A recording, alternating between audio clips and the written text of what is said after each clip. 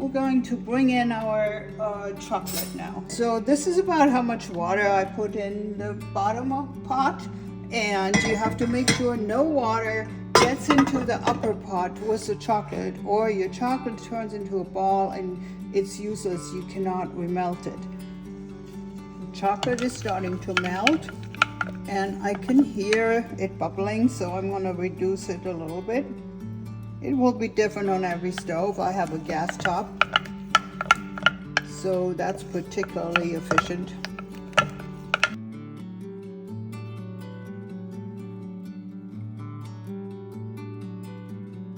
See what we got here. Oh, I need to bring the heat up a little.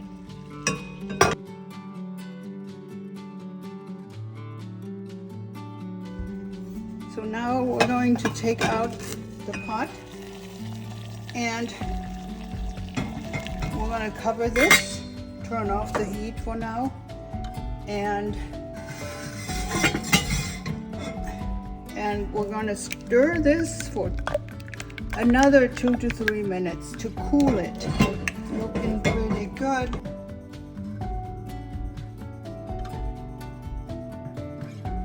So see how I get more streaks now, wider ones, which means it's cooling.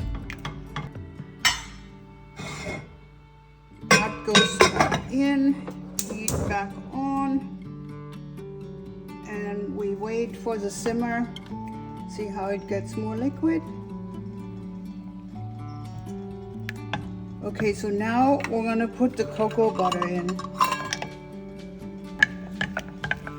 There might be some streaks showing up. Reduce the heat a little bit when that happens, and just make sure it really nicely melts together. You see, the cocoa butter doesn't take very long at all.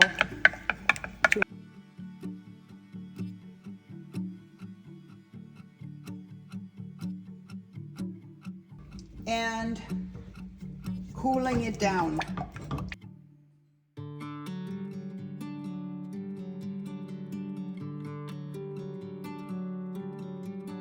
Okay, it's looking pretty good.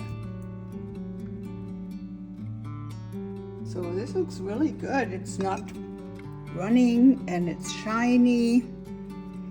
All right. I put 2 tablespoons of simple syrup in here, and you can see how the chocolate is much thicker now. We're going to let it cool just a little and then put it in our piping bag.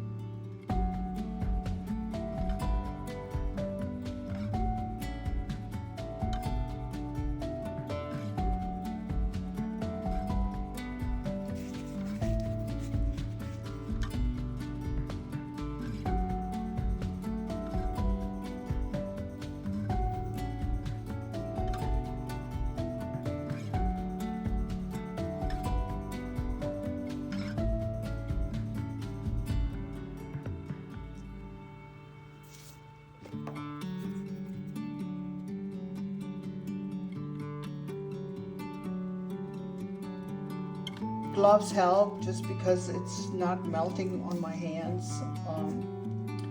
Anyway, they're looking great, and if those little tiny things bother you right there, you can gently take a sharp knife and cut them off, but honestly they'll just kind of disappear into the frosting or the whipped cream when you put it up. Gently, gently, gently. Here we are. Very nice.